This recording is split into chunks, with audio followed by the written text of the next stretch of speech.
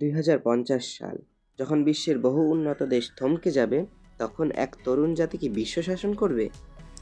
Goldman sax আর পিডব্লিউসি এর latest report বলছে 2050 সালের মধ্যে ভারত হতে যাচ্ছে বিশ্বের তৃতীয় বৃহত্তম অর্থনীতি। কিন্তু এটা কি শুধুই সংখ্যা নাকি নিরেট বাস্তবতা?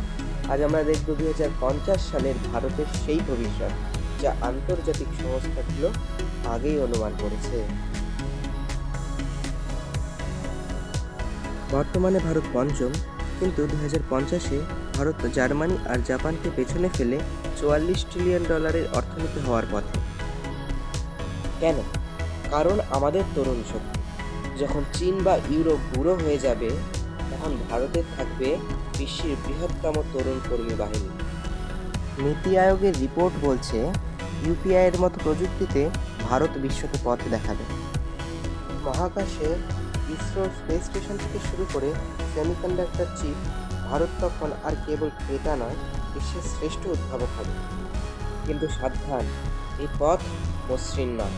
খুব সতর্ক করেছে বায়ু দূষণ নিয়ে। আর অক্সফ্যাম এর রিপোর্ট বলছে ক্রমবর্ধমান বৈষম্যের কথা।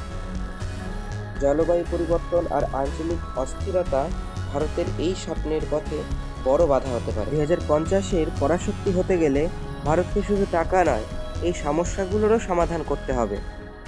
চ্যালেঞ্জ আছে, কিন্তু সম্ভাবনা তার চেয়েও বেশি। 2050 সাল হবে ভারতের পুনরুত্থানের বছর। আপনার কি মনে হয়? ভারত কি পারবে আমেরিকাকে টক্কর দিতে? কমেন্টে জানান।